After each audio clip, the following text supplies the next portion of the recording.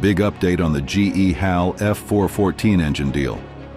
Talks for manufacturing 99 jet engines in India have hit a roadblock. GE is demanding an extra $500 million, raising the deal's cost from $1 billion to $1.5 billion, citing 80% transfer of technology. This price hike is delaying the deal, but HAL is optimistic about finalizing it by March 2025. The engines are crucial for India's Tejas MKII fighter jets and could be a game-changer for indigenous defense manufacturing. Stay tuned for updates on this critical defense negotiation.